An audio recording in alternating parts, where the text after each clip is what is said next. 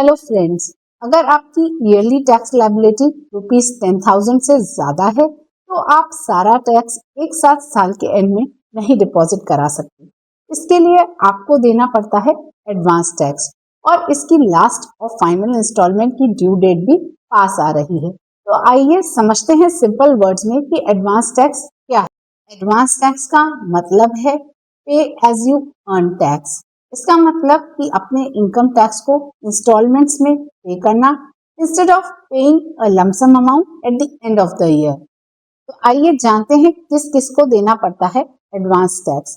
अगर आप एक फ्रीलांसर हैं, बिजनेस ओनर हैं, प्रोफेशनल हैं, कंपनी है या सैलरी पर्सन है जिसकी कोई एक्स्ट्रा इनकम है रेंट से, इंटरेस्ट से या कैपिटल गेन से और आपकी ईयरली टैक्स लायबिलिटी एक्सीड करती है ₹10,000, as per income tax act 1961 आपके लिए कंपलसरी है एडवांस टैक्स डिपॉजिट करना। एडवांस टैक्स की ड्यू डेट्स 4 इंस्टॉलमेंट्स में होती हैं, 15 जून, 15 सितंबर, 15 दिसंबर और 15 मार्च। 15 मार्च तक आपको अपनी टोटल टैक्स लायबिलिटी डिपॉजिट करनी होती है।